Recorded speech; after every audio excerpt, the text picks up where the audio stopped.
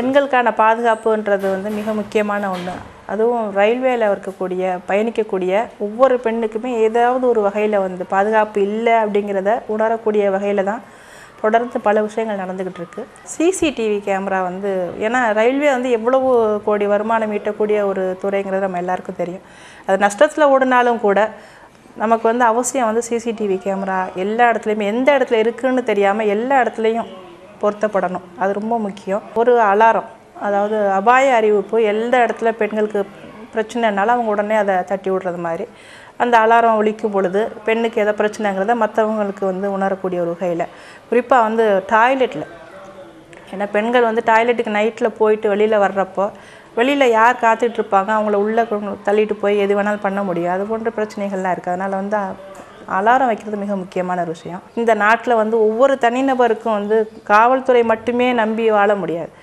பொதுமக்கள்கிட்ட இருக்கக்கூடிய அந்த சுயநலம் சார்ந்த விஷயங்கள் போய் சமூக பொறுப்புணர்வு கொஞ்சம் அதிகரிக்கணும்னு நான் நினைக்கிறேன். அதற்கான வேலைகளையும் கூட நம்ம இறங்கலாம் அப்படின்னு நான் நினைக்கிறேன். இரவு நேரத்தில் குறைவான பயணிகள் வரக்கூடிய வாய்ப்பு இருக்கக்கூடிய ரயில்களில் அத்துணையிலுமே வந்து காவலர்கள், பெண் காவலர், ஆண் காவலர் என்று காவலர்கள் இருப்பார்களே, ஆனால் இது போன்ற சம்பவங்களை தவிர்க்கலாம்.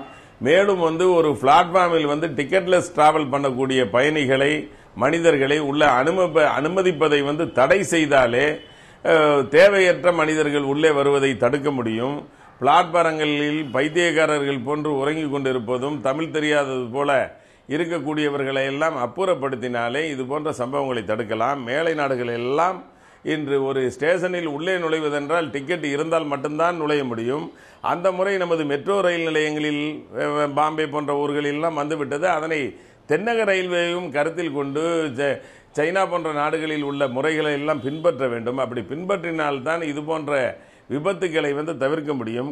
ஒரு முன்பதிவு செய்யப்பட்ட ஒரு பெட்டியில் வந்து இது போன்று பாத்ரூம் அருகே வந்து பயணிகளை அமர செய்து செல்வதெல்லாம் அவசரத்துக்கு அது உதவுவது போல தெரிந்தாலும் ஆபத்துக்கள் அந்த ரூபத்தில் வந்து அதிகம் இருக்கின்றன.